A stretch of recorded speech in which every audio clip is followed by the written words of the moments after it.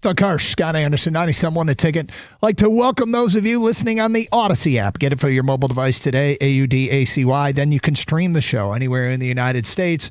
And we get lots of calls and feedback from around the country because right now, you know what's funny? I was thinking about last night what we had to endure, which was last-minute Piston game and last-minute Red Wing game, two competitive teams. Huge possession in the Piston game. Red Wings goalie pulled, peppering the net with chance after chance, both happening at the same time, like the exact same time. What we have now is first world sports problems. Right. We have first world sports problems. We have good competitive teams, and damn it, whatever will I do in this conundrum? Right. I was like, couldn't one of these games have started at 8? Yeah, but you know, 7? it's a great problem to have, and so given where we have been. Anyway, so we're sitting around the office today, and Kang hits me up with a hot take, and I didn't want to hear his reasoning until we got on the air. I said, "All right, save it for the air." We're trying to quantify how big this Green Bay game is, and out of the blue, Kang says, "Yeah, I think this game is the biggest game, bigger than last year's Vikings game at the end of the year. I think this game is bigger than that, Gator. I don't know if that's a hot take, but that's how important this Thanksgiving game this year against the Packers is in my mind." Okay, I'll play along. I'm leaning towards agreeing with you because the Vikings game last year, the Lions were in the playoffs. That was we got it. It was for the division and, a high seed and the whole bit. Yeah, the 1 seed. Yeah. This game, I mean, right now they're on the outside looking in on the playoffs. Exactly. They have to win this game. They're third place in their own division. They're not currently in the playoffs. That's the obvious, why it's big as well. You're going to lose the tiebreaker to the Packers, right? If you lose this game. Yeah. Perception changes immediately if you lose this game. I think we can all agree we don't apologize for wins. The Giants win, as ugly as it was, whatever, they won the game. That was the most important thing. But was that a precursor because they're not as good as we thought they were? Or was that just one of those games that happens to every team in the league? I think the Packers game kind of determines where our mindset's going to be moving forward. I think this game's huge, man. I agree with what you just said there. This is absolutely huge. The difference is that this team will still have, 5 weeks to make up for it. If they lost last year's game, the division was gone and they were on the road. And, the stakes are a little different in that this is a try to avoid a disaster scenario, like being behind Green Bay, record-wise and tiebreaker-wise, is going to be hard to make up. But it can be made up. It can be, but the thing is, you're talking about keeping pace and making sure that you get into the playoffs as opposed to last year's situation when you're already there. And after the Packers, you've got Dallas, who's playing as well as anybody in football right now. After that, you've got the Rams, who are playing better than everybody else in football. And it's just a real tough 3-game stretch here. And I understand what you're saying. You got time to make it up, but you don't want to have to make it up. The time is now. You got to get back. You got to get in the playoffs. It is tough, but the toughest strength of schedule remaining belongs to Green Bay in the entire NFL. They play the toughest schedule as it stands right now, the rest of the way. So that's their climb. But Detroit, you don't want to lose this game. This is a massive, massive game. If you lose it, okay, and if this is a game that the Lions lose, it will be impactful. It will have people very, very concerned, and understandably so. But it will remind me a little bit of when the Tigers lost all those games to Cleveland, blew the division, and ended up beating them in the playoffs. Like, they won when it mattered. The Lions will have a lot more work, heavy lifting to do to even make the playoffs, though. Now, the good news is a bunch of these teams in the NFC that they'll be going up against, the NFC teams are littered amongst the toughest schedules, and specifically the NFC North. Green Bay, think about this. Green Bay has the toughest strength of schedule remaining, then Chicago, then Detroit. I think the whole world would love to have New England's schedule, which has been the easiest in the NFL by far, and their remaining strength of schedule, their opponent winning percentage is 37.5%, the third easiest. But, yeah, this is I don't know that this game could be much bigger, but I thought that was an interesting take by King. bigger than last year's Minnesota game. Well, I go back to the fact that we knew they're in the playoffs, Gator, right? I mean, we were just fighting we couldn't believe we're at, 14-2 and fighting for a freaking home game. It was just strange. Like, how on earth is this really happening? It's the first time in NFL history that two 14-win teams are facing off the last week of the regular season. How could this matter? So, I mean, it's huge. You get the bye, that's basically like a playoff win and home field. I get that. But the fallback was always you're still in the playoffs and you still have something to play for, which is the Super Bowl.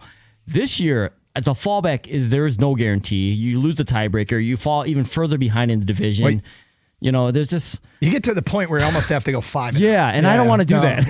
I don't want to get to that point. Understood. We talked about it last week going into the stretch of games, starting with the Giants game. It felt like 5-2 was very much in play and would set them up really well. So, they've got a shot here to get a huge one, to put a huge win in the bank on Thursday.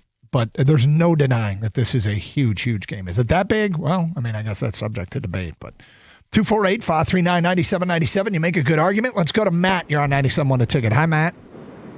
Hey, what's up, guys? Calling out of Missouri. So I'm leaning. I'm agreeing with Kang. I do think this is a very big game, and I might even go as far as to say must win. Not must win for the postseason, because I do think they'll still go to the postseason, but must win for the division, because they're 1 or 1.5 games back already in the division. So if they lose this, they'll be even farther back. So I do think they're one game back in the division. They're one game back. Okay, Yep. So to me, this is just me. I think it's a must-win for the division to clinch, on the road to clinch the 1 seed. That way you have a week off. You play all your playoff games at home. Well, that's just how I feel. You got the Bears playing at Philly this weekend. Is that the Black Friday game? Chicago Philly Friday? I think it is. Yeah, and so that's a massive game for the Lions. If the Lions can bank this win and kick back and watch Philly take care of Chicago on Friday, the Lions will be back in first place because they'll hold the tiebreaker over the Bears. And then next month, they have I think it's the last week in December, where they play on Thursday and then they play right again on Sunday. So they play, 2 games in a 3-day period. Who does? Yeah, go look. No. The Lions. No, they don't. I'm telling you, go look at the schedule. They do not play a Thursday game and then a Sunday game. Okay, then it might be Monday. They have another. I know they play. They have another Sunday to Thursday game when they play the Steelers on the 21st and the Vikings on Christmas Day, which 4 days later. Yeah, that one. That's the one. Yep. Yeah, that's another short week. Yes. Look, somebody pointed out that because they go Thursday, and then they have that quick turnaround, that they will play. I think they will play the most games in a 29-day period that any team has played. But I don't quote me. There's some stat about that because they have twice they have to do the Sunday Thursday thing. Ken is in Detroit. Hi, Ken. Oh. 248-539-9797. You ever done that when you're driving in the car and phone call comes in and you've got the option to put the call on hold? And I imagine that's what happens when you put them on hold. I have no idea how to even do what that is. I thought about doing it today. I got a call coming in. Did you? And I'm like, should I just put this scam caller on hold? Well, and did you? No, I just declined the call. Okay. If you put them on hold, do you get the same music? That's what I wonder. I think you do. To choose the music. You're going to throw some Maroon 5 at him or something?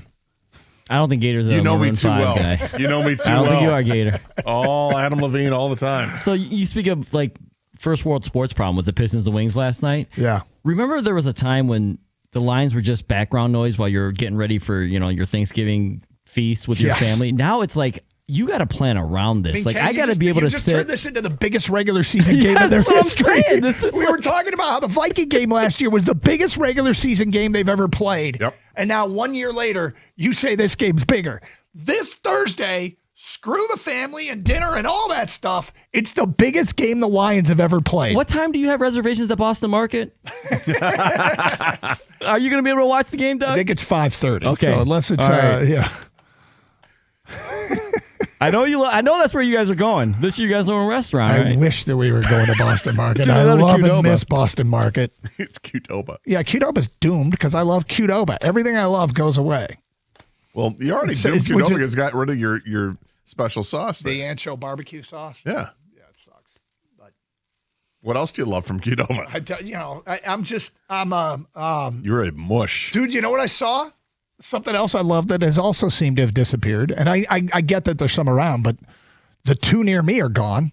Quiznos.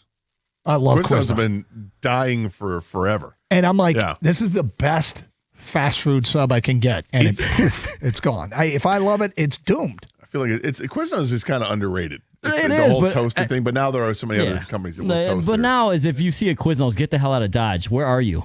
That's what I would say. I was in Chicago. Yeah, probably a bad part of Chicago. It's right there in Old Town. But all right, the NFL Blitz thingy straight ahead, and Jared Goff at 11:15. Karsch and Anderson, 97.1.